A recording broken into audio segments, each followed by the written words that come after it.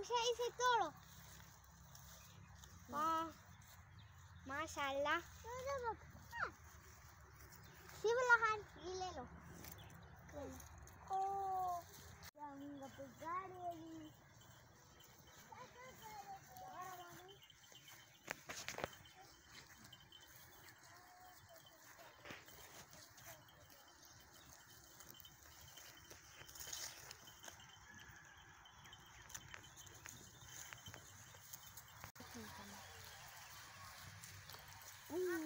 मन तो होती है लेकिन वर्ष वाला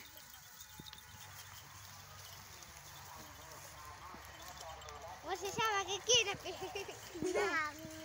अम्मा पे कीड़ा अम्मा पे कीड़ा यार डरा और बजे जेरा कीड़ा चूल्हे में चल दम पर बच्चों वाला अब यार तू नहीं सकते रे तेरा वाला।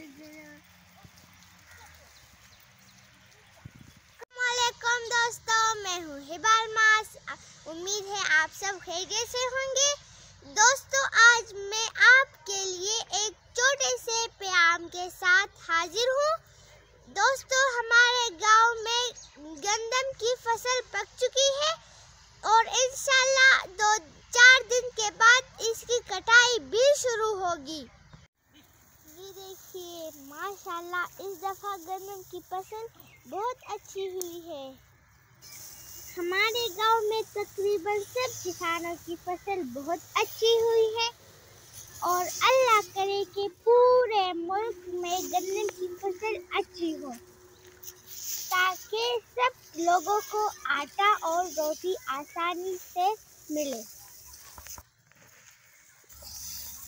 ये गंदम अभी दरख्तों के साए के नीचे है, इस वजह से ये अभी हरे हैं। ये हमारे घर के बाहर दूसरा खेत है जिसमें आड़ू का दरख्त भी है और गंदम भी लगे हुए हैं।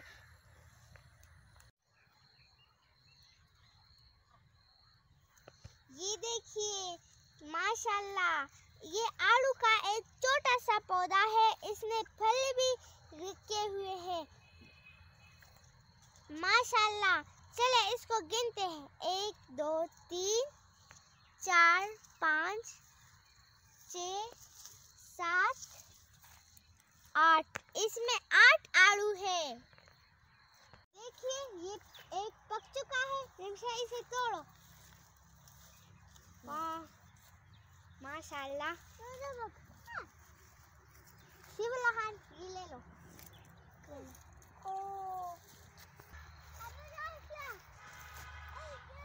ये देखिए ये पूरा दरख्त आड़ू से भर चुका है, लेकिन इसमें कच्चे हैं और छोटे भी हैं।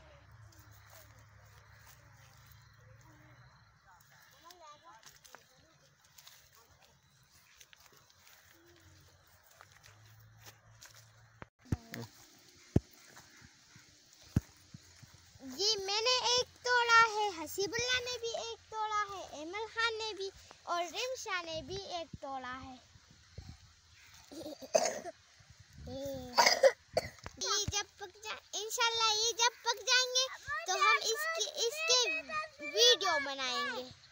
जबकि आपने गन्नम का फसल भी देखा और आलू भी देखिए, लेकिन एक बात का बहुत ख्याल रखें कि गंदम के करीब आग बिल्कुल ना जलाए और ना सिगरेट लगाए।